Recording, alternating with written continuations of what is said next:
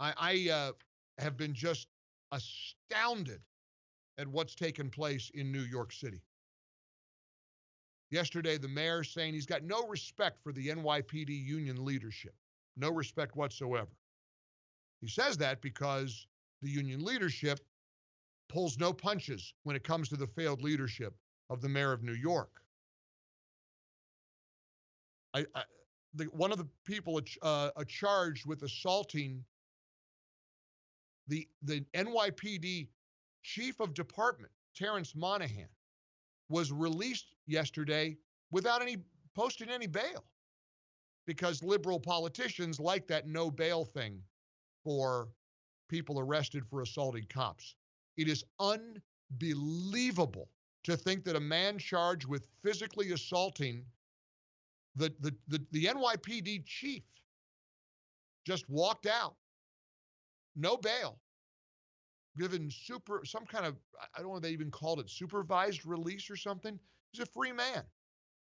If you or I went up and assaulted a police chief, this guy's the highest ranking member of the uniformed member of the NYPD. Here was Terry Monahan yesterday on Fox News talking about what police, and it's not just in New York, it's all over the country, what police are up against. There is a lot of animosity towards the police, and we're feeling it not just in the protests when these anarchists take over it, but on the streets, on the street corners. There is a feeling that they don't have to listen to the police and that they're willing to fight the police officers. So it's something that our men and women have to deal with every single day. You know what men and women have to deal with every single day as an example? At least in New York, the man who is charged with punching the NYPD chief and two other officers was released without bail. 25-year-old guy, according to the New York Post, accused of socking the highest-ranking uniformed cop several times in the face as they were trying to arrest this guy after he had allegedly punched another NYPD officer and lieutenant. He was arraigned on assault charges in Manhattan Criminal Court and granted supervised release. A second guy was also arraigned after punching the same lieutenant. The suspects allegedly broke both of Lieutenant Richard Mack's orbital bones. You know, the facial bones, cheekbones, sending him to the hospital. Chief Monahan suffered some bruises. His fingers were jammed. Thank goodness he was all right. Incidentally, one of these buttes that were arrested, they recovered a taser from the guy's pocket and a folding knife from his shoe.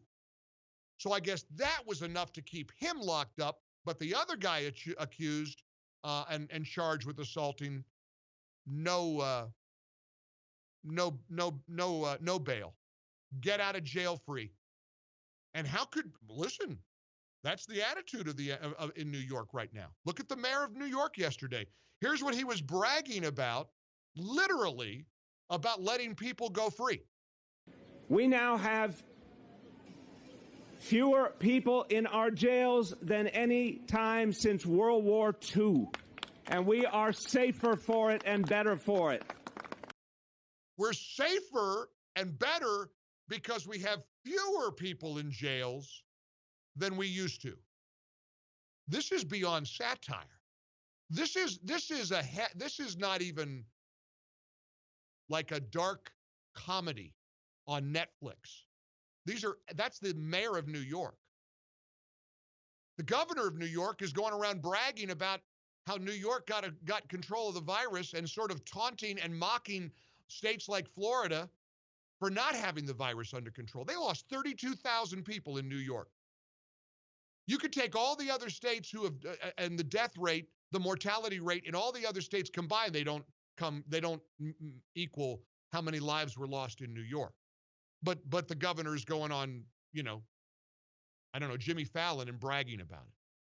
Bragging about getting the virus under control. Up is down in the world we're in. And there's only one way to right it. There's only one way to fix it. It's November the 3rd. That's it. That's the only way. That's the only voice, power, authority we have. And we do have all that if we get it right.